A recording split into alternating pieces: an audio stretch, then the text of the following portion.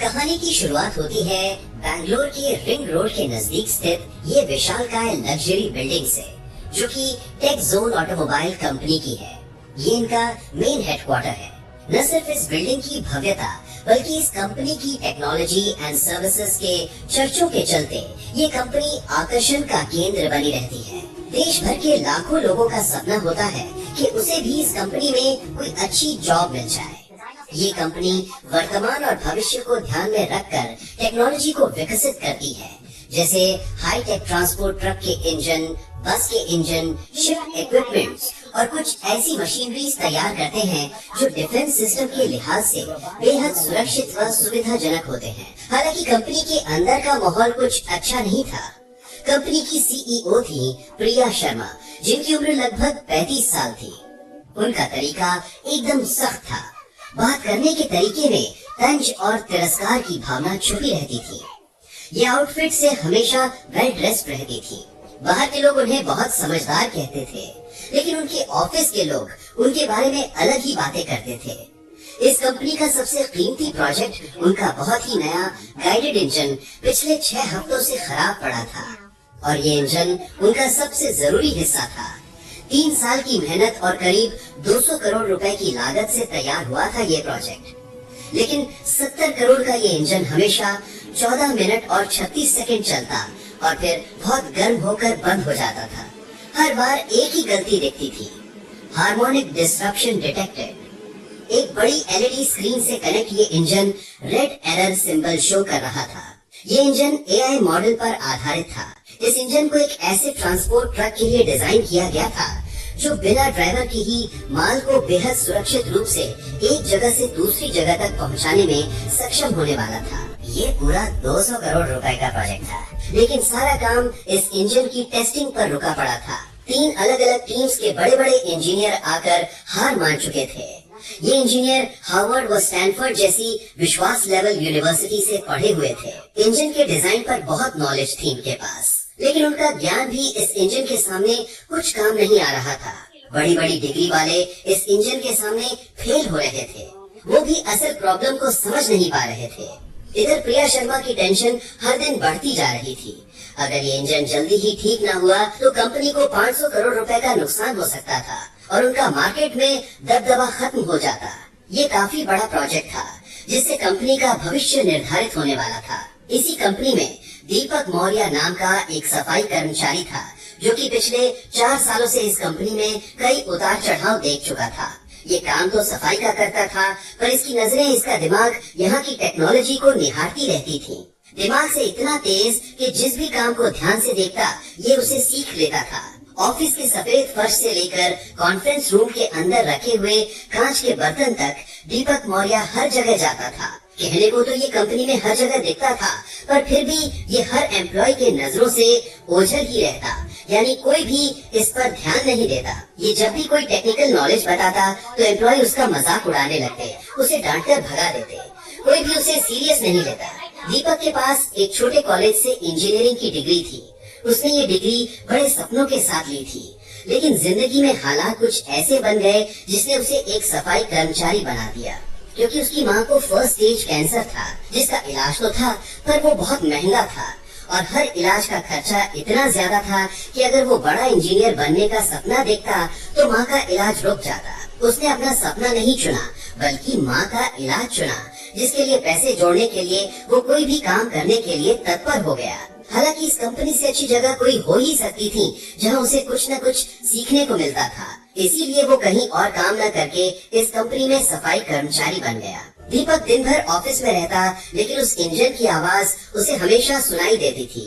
रात को जब सब लोग घर चले जाते और वो कॉन्फ्रेंस रूम का सफाई करता तो वो चुपके से इंजन के ब्लूप्रिंट्स पढ़ता था। उस इंजन का दिमाग सफाई में नहीं, उसके डिजाइन में लगा रहता था। उसने देखा कि इंजन जर्मनी में छोटे यूनिट में बना था, लेकिन उसका एआई सॉफ्टवेयर अमेरिका के बड़े यूनिट्स में सेट किया गया था।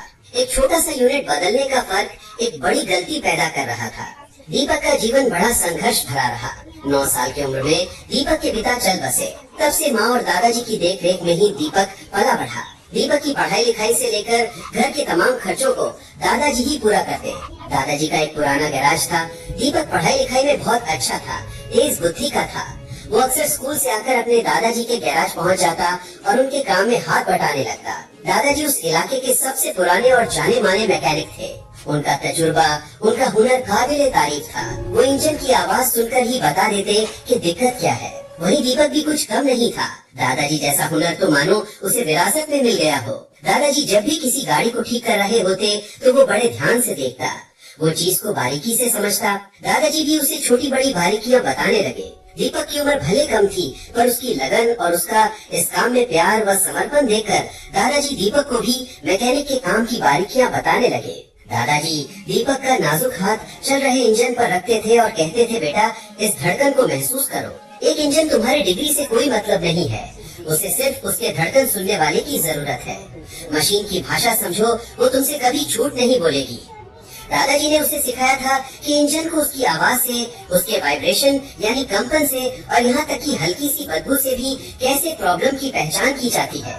दादाजी ने सीख दी कि बेटा जीवन में कोई काम तब तक ही मुश्किल लगता है जब तक उसकी सही जानकारी हमारे पास नहीं होती। जब तुम पूरी लगन से सीखोगे तो दुनिया का कोई भी काम जल्दी सीख सकते हो और बार बार प्रैक्टिस मेहनत तुम्हें तुम्हारे काम में कुशल बनाएगी, तुम्हारी स्किल को निखारेगी। 16 साल की उम्र तक दीपक इतना माहिर हो गया कि वो पूरा इंजन अब आंख बंद करके बना सकता था। लेकिन फिर हालात बदल गए। दादाजी एक दिन चल बसे। उनके अंतिम संस्कार में शहर भर के मैकेनिक और इंजीनियर आए थे, लेकिन दीपक मन में वो ज्ञान और हाथों में हुनर आज भी था। उसके अंदर चीजों को जानने समझने की प्रबल इच्छा उसे इस कंपनी में ले आई थी। गुरुवार का दिन था। कंपनी की किस्मत आज तय होने वाली थी। जर्मनी से बड़े इन्वेस्टर मिस्टर स्मिथ और उनकी टीम वहाँ मौजूद थी। उनके पास करीब 800 करोड़ रुपए की फंडिंग थी। डॉक्टर लेखा जो एक बहुत बड़ी इंजीनियर थी, वो भी उनके साथ थी। उनकी तेज नजर से कोई गलती छुप नहीं सकती थी। एक बड़े हॉल के अंदर प्रिया शर्मा की मौजूदगी में उस नए इंजन का आखिरी टेस्ट चल रहा था, जिसमें बहुत बड़ी डील टिकी हुई थी। लेकिन इंजन कुछ समय चलते ही बंद हो जाता। इंजन से निकलता धुआं सबकी चिंता का बादल बन गया। प्रिया शर्मा ने तुरंत एक इमरजेंसी मीटिंग बुलाई। हॉल में 200 एम्प्लॉइज जमा हो गए। प्रिया ने घबराहट वाली आवाज में कहा, इंजन काम नहीं कर रहा है, अब हम खर्चे कम करेंगे। वो लोग जिनकी जरूरत नहीं है उन्हें तुरंत कंपनी से निष्कासित कर दिया जाएगा। दूर खड़ा दीपक बहुत देर से ये सब देख रहा था। दीपक हिम्मत बांधते हुए उन लोगों के करीब आकर कुछ ऐसा बोल दिया कि वहाँ मौजूद सबकी नजर दीपक पर टिक गई। दीपक अपना एक हाथ उठाते हुए बोला, मैम मुझे लगता है कि गलती सॉफ्टवेयर में नहीं बल्कि इंजन के कंपन यानी हार्मोनिक फ्रीक्वेंसी सेट करने में है। 200 लोगों के चेहरे एक साथ दीपक की तरफ मुड़ गए। मिस्टर स्मिथ और डॉक्टर लेखा भी हैरानी से आगे झुक गए। प्रिया शर्मा का गुस्सा आसमान छू रहा था। वो सबके सामने दीपक को जलील करने के लिए तंज कसते हुए बोली, ओए देखो हमारे सफाई कर्मचारी को इंजीनियरिंग का ज्ञान हो गया। जिस मशीन को इतने बड़े इंजीनियर ठीक नहीं कर पाए वो तुम ठीक करोगे। वहाँ मौजूद कुछ एम्प्लॉय दीपक को तिरस्कार की नजर से देख रहे थे, तो कुछ हैरान भी थे कि इसे इतना सब कैसे पता। प्रिया शर्मा फिर से तिल मिलाते हुए बोली, अबे घोंचू तुम्हें पता भी है ये इंजन कितने जाए? ये कोई आम गाड़ी या गैरेज में खराब पड़ा साधारण इंजन नहीं जिसे तुम ठीक कर दोगे। कोई जानकारी है तुम्हें इसके बारे में जो उठाए मुंह बोल दिया कुछ भी? दीपक एक बार फिर आत्मविश्वास के साथ बोला, अरे मैम मुझे एक चांस तो दीजिए, मैं इंजन की कोर प्रॉब्लम को समझ रहा हूँ। दीपक रिक्वेस्ट करता ही जा रहा था। वहाँ मौजूद डॉक्टर लेखा ने दीपक के चेहरे पे एक आत्मविश्वास देखा। उन्हें लगा कि शायद ये कुछ कर सकता है, इसे एक मौका मिलना चाहिए। डॉक्टर लेखा टोकते हुए स्वर में, रुकिए मिस प्रिया जी, हमें लगता है इस व्यक्ति को एक मौका देना चाहिए। हो सकता है कोई बात बन जाए, और वैसे भी हमारे पास दूसरी कोई ऑप्शन नहीं। एक से बढ़कर एक इंजीनियर अपनी कोशिश कर चुके हैं, पर किसी भी इसकी प्रॉब्लम पकड़ में नहीं आई, तो एक बार इसका भी देख लेते हैं। तभी भीड़ से भी आवाज आई, हाँ एक मौका दिया जाए। प्रिया शर्मा एक शर्त रखते हुए बोली, ठीक है दीपक, ये तुम्हारा चैलेंज है। तुम्हारे पास ठीक 2 घंटे हैं। इस 200 करोड़ के इंजन को सबके सामने ठीक कर दो। अगर तुम कामयाब हुए तो तुम्हें तुरंत सीनियर इंजीनियर बना दिया जाएगा, और अगर तुम फेल हो गए तो सिर्फ नौकरी नहीं जाएगी, तुम्हें हमेशा के लिए इस बिल्डिंग से बाहर कर दिया जाएगा। और मैं खुद तुम्हारे बारे में सबको बताऊंगी कि तुम कितने बड़े नाकामयाब आदमी हो। प्रिया मनी मन सोच रही थी कि ये सफाई कर्मी क्या ही जानता होगा, उल्टा और खराब कर देगा। चलो अच्छा है, अगर इंजन में कोई खराबी आई तो मैं सारा इल्जाम उन तमाम लोगों पर लगाऊंगी जो भी इसे बढ़ावा दे रहे हैं, इसका सपोर्ट कर रहे हैं। दीपक के चेहरे पे कोई डर नहीं था। प्रिया इस सफाई कर्मी से चिड़ी हुई थी और प्रिया को दुनिया के सामने इसका मजाक बनाने का एक मौका मिल गया। प्रिया ने तुरंत अपनी टीम को बोला, इस पूरे चैलेंज को सोशल मीडिया पर लाइव दिखाया जाए। वो चाहती थी कि पूरी दुनिया देखे कि जब एक गरीब आदमी अपनी छोटी औकात से बड़ी चीज को छूने की कोशिश करता है तो क्या होता है। दीपक के दिमाग में सिर्फ दादाजी की आवाज गूंज रही थी। दीपक इंजन को शुरू करने को कहता है, इंजन शुरू किया जाता है। दीपक शांत खड़ा होकर बड़े ध्यान से इंजन की आवाज को सुन रहा था। हर किसी की नजरें जिज्ञासा पूर्वक दीपक को निहार रही थी कि आखिर ये क्या करेगा। डॉक्टर लेखा दीपक के पास आई। उन्होंने धीरे से पूछा, जवान आदमी, क्या तुम सच में ये करना चाहते हो? तुम्हारा पूरा फ्यूचर दांव पर है। दीपक ने उन्हें देखकर जवाब दिया, मैम, मैं अपनी पूरी जिंदगी इंजन की आवाज को सुनता और महसूस करता आया हूँ। ये इंजन हमें बता रहा है कि इसको क्या मुश्किल है। हम ही सही से सुन नहीं पा रहे हैं। डॉक्टर लेखा ने सर हिलाया। उनके चेहरे पर अब एक शांति थी। ऐसा लगा कि शायद बात बन सकती है। ये वो कर सकता है जो कोई नहीं कर पाया। दीपक इंजन की तरफ बढ़ा। उसने अपने हाथ उसके लोहे की बॉडी पर रखे। उसने आंखें बंद कर लीं। पहले 30 सेकंड सबको लगा कि वो नाटक कर रहा है। कुछ इंजीनियर्स हंस भी रहे थे, लेकिन डॉक्टर लेखा ने देखा कि दीपक के चेहरे के रंग बदल रहे हैं। वो इंजन की धड़कन सुन रहा था। ये खुद से ही लड़ रहा है। तभी दीपक गंभीर स्वर में बोला, एआई सिस्टम ठीक है, लेकिन वो ऐसी मैकेनिकल प्रॉब्लम्स को ठीक करने की कोशिश कर रहा है जो है ही नहीं। उसने मिस्टर स्मिथ की ओर देखते हुए जिज्ञासा भरे स्वर में पूछा, सर, ये इंजन जर्मनी में छोटे यूनिट्स पर बना था क्या? मिस्टर शुमिट ने चुपचाप सर हिलाया और धीमे स्वर में कहा, हाँ, लेकिन एआई को अमेरिका में सेट किया गया है। इस पर दीपक तुरंत बोला, वही तो पहला प्रॉब्लम है। जर्मनी और अमेरिका के यूनिट्स में बहुत छोटा फर्क है। एआई सॉफ्टवेयर एक अलग धड़कन की उम्मीद कर रहा है, लेकिन इंजन के पार्ट्स उसकी बात नहीं मान पा रहे हैं। ये ऐसा है जैसे एक गाना हो जहां हर स्वर थोड़ा सा अलग धुन पर निकल रहा हो। इंजन पुनः बंद हो गया। दीपक ने बोला, इंजन को दोबारा शुरू करो और इस बार स्पीड को धीरे धीरे बढ़ाना। इंजन की हर बढ़ती स्पीड और आवाज से दीपक मौर्य प्रॉब्लम को और बारीकी से समझ चुके थे। दीपक ऊंचे स्वर में बोला, 2800 आरपीएम पर सुनिए, वहाँ कंपन में गलती है। इंजन के पार्ट्स ठीक हैं, लेकिन एआई सेंसर्स गलत कंपन रीड कर रहे हैं। आपके इंजीनियर्स कंप्यूटर की गलती ढूंढ रहे थे, जबकि प्रॉब्लम इंजन की धुन की है। इतना कहते हुए दीपक टेबल की ओर बढ़ा जिस पर इंजन डिजाइन के हर पार्ट्स को कैसे सेट किया गया है, इनसे संबंधित पेपर्स पड़े हुए थे। दीपक पहले भी इन पेपर्स को देख चुका था, पर अब वो प्रॉब्लम को समझने और समझाने के नजरिए से उन पेपर्स का गौर से निरीक्षण करने लगा। दीपक को फॉल्ट समझ आ चुका था। दीपक पूरे आत्मविश्वास से उन पेपर्स को उठाकर आगे बढ़ा और कहा, जर्मनी में छोटे हिस्सों की बनावट बहुत ही परफेक्ट थी, लेकिन अमेरिका का एआई सिस्टम थोड़ी ढीली बनावट की उम्मीद कर रहा था। यहाँ छोटी सी गड़बड़ थी जिससे पूरा इंजन बंद हो रहा था। विशाल रस्तोगी, जो बड़ा इंजीनियर था, उसने भी जब क्रॉस चेकिंग करते हुए ये सब देखा तो उसने भी इस बात को समझा कि हाँ, चीजें तो ऐसी ही हैं। उसका चेहरा हैरानी से भर गया। उसने धीरे से माना कि दीपक सही कह रहा है। मिस्टर स्मिथ ने भी कुछ देर जांच करने के बाद सर हिलाया। ये सफाई कर्मचारी नहीं था, ये एक बहुत अच्छा इंजीनियर था। डॉक्टर लेखा ने जिज्ञासा भरे मन से दीपक से पूछा, चलिए माना कि इसकी कोर प्रॉब्लम आपने पकड़ ली, पर अब इसे ठीक कैसे करेंगे? दीपक ने हल्का मुस्कुराते हुए कहा, आप निश्चित रहें, इसके प्रॉब्लम का सलूशन भी है, और सबसे बड़ी बात, उसके लिए किसी महंगे सॉफ्टवेयर या बॉडी पार्ट्स को रीडिजाइन करने की आवश्यकता नहीं पड़ेगी। कोई महंगा खर्च नहीं है। दीपक की बातें सभी को अनसुलझी पहेली की तरह लग रही थी कि आखिर ये कहना क्या चाहता है। दीपक एक अलमारी के पास गया जो कई छोटे बड़े जरूरी टूल्स और मशीन बॉडी पार्ट से भरा पड़ा था। दीपक वहाँ से एक छोटी सी मेटल की डिस्क निकाल कर लाया जो हॉकी पक जितनी थी। ये सबको दिखाते हुए दीपक कहने लगा, ये एक हार्मोनिक डैम्पनर है। इंजन और एआई दोनों ठीक हैं। इन्हें सिर्फ एक दूसरे की भाषा समझाने वाले की जरूरत है। ये छोटी सी चीज कंपन के फर्क को जोड़ देगी। दोनों के बीच तालमेल व संतुलन बनाने के लिए इसका अहम रोल होगा। प्रिया शर्मा का घमंड पूरी तरह से टूट गया। वो बोल पड़ी, तुम कह रहे हो कि ये 3000 रुपए का मशीन पार्ट हमारा मिलियंस का प्रॉब्लम ठीक कर देगा? तुम्हारा दिमाग तो खराब नहीं हो गया? कुछ भी बोले जा रहे हो। दीपक ठंडे और शांत स्वर में बोला, सबसे अच्छे हल हमेशा सबसे आसान होते हैं मैम। इसके बाद दीपक इंजन के एक पार्ट्स बाहर निकालता और इस डैम्पनर को उसमें सेट करने लगा। वो इतनी बारीकी से इस कार्य को अंजाम दे रहा था कि हर कोई वहाँ उसकी कार्य कुशलता की तारीफ बांध रहा था। दीपक ने पूरी सफाई के साथ 12 मिनट में डैम्पनर इंजन में सेट कर दिया और पार्ट्स को इंजन में पुनः जोड़ दिया। उसके हाथ वही पुरानी दादाजी की सिखाई मेहनत बता रहे थे। इसके बाद दीपक कुछ सेकंड के लिए इंजन के सामने हाथ जोड़कर आंखें बंद कर मन ही मन प्रार्थना करता है, मानो वो दादाजी से आशीर्वाद मांग रहा हो। आंखें खोलते ही दीपक गंभीर व संधे हुए स्वर में बोला, इंजन टेस्ट के लिए रेडी है। घड़ी में 1 घंटा 47 मिनट ही हुए थे।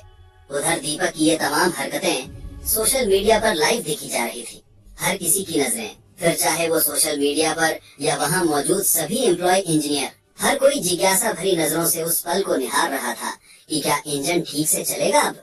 डॉक्टर लेखा ने बोला, इंजन चालू करो। पूरे रूम में शांति थी। चाबी घूमी और जब इंजन चालू हुआ तो आवाज में फर्क साफ था।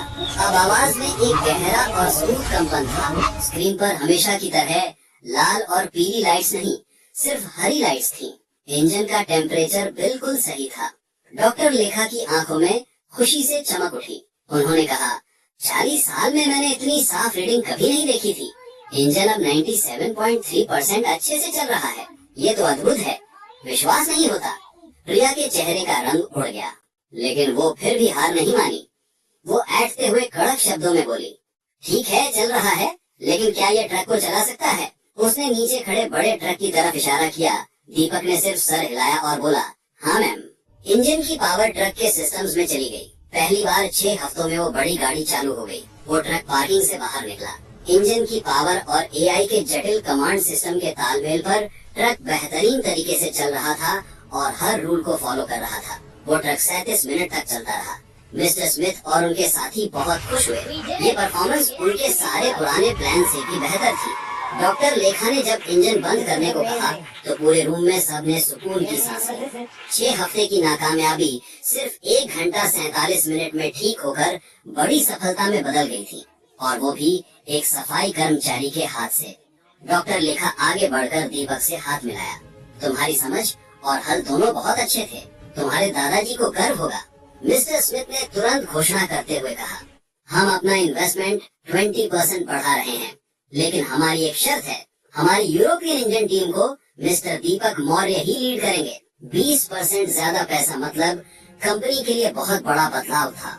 डॉक्टर लेखा ने बिना देर किए दीपक को तुरंत डायग्नोस्टिक्स इंजीनियर बना दिया। उसकी तनख्वाह 3 गुना हो गई और उसे कंपनी शेयर्स भी मिले। दीपक की आंखों में कामयाबी की चमक के साथ खुशी के 2 आंसू भी थे। दीपक अब दिखने वाला सफाई कर्मचारी नहीं, वो कंपनी का सबसे जरूरी इंजीनियर बन गया। प्रिया शर्मा खिड़की के पास एकांत खड़ी थी। उसका लाइव स्ट्रीम अभी भी चल रहा था, लेकिन लोग अब उसे ही गुस्सा दिखा रहे थे। लोग रोहन की तारीफ कर रहे थे और प्रिया के घमंड पर सवाल उठा रहे थे।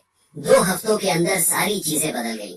बोर्ड ने प्रिया की लीडरशिप पर सवाल उठाए। उसके पुराने ईमेल जिसमें उसने रोहन की बेइज्जती की थी, सबूत बन गए। प्रिया शर्मा को सीईओ की पोस्ट से हटाकर सिर्फ स्ट्रेटेजिक एडवाइजर बना दिया गया। उसकी तनख्वाह भी बहुत कम हो गई और उसके सारे बड़े फैसले लेने की पावर छीन ली गई। उसे एक बड़ी गलती का सामना करना पड़ा। दीपक की जिंदगी पूरी तरह बदल गई। उसको नया ऑफिस, नई कार और सबसे ज्यादा इज्जत मिला। कंपनी ने एक नया नियम बनाया कि अब हर एम्प्लॉय की बात को, चाहे वो किसी भी छोटी पोजीशन पर हो, ध्यान से देखा जाएगा। रोहन की कहानी की वजह से कंपनी का स्टॉक भी 15% बढ़ गया। 6 महीने बाद दीपक अब जर्मन इंजीनियर्स के साथ मिलकर काम कर रहा था। उसकी माँ का इलाज अब पूरा हो चुका था। उसके घर में दादाजी की तस्वीर और उसका पुराना डिप्लोमा आज भी रखा था, लेकिन अब उनके साथ नए अवार्ड्स भी थे। एक दिन प्रिया शर्मा रोहन के पास आई, एकदम सिंपल कपड़ों में। उसका पुराना अहंकार खत्म हो गया था। वो विनम्र स्वर में बोली, दीप, मुझे माफी चाहिए। मैं तुम्हारी तरह लीडर बनना सीखना चाहती हूँ। दीपक को दादाजी और माँ की सीख याद आई कि सबको एक मौका मिलना चाहिए। दीपक बोला, बहन, तुम्हें सिर्फ मशीन की धड़कन सुनना ही नहीं, लोगों की बात सुनना भी सीखना होगा। प्रिया मुस्कुरा उठी। तो दोस्तों, इस तरह हुनर, तजुर्बा और अच्छे संस्कार ने जिद और घमंड को हरा दिया। सच्चा ज्ञान बड़ी डिग्री में नहीं, दिल और दिमाग की समझ में होता है। अगर आपको ये कहानी पसंद आई तो प्लीज इस चैनल को लाइक, सब्सक्राइब करना मत भूलिएगा। आप हमारी वीडियो के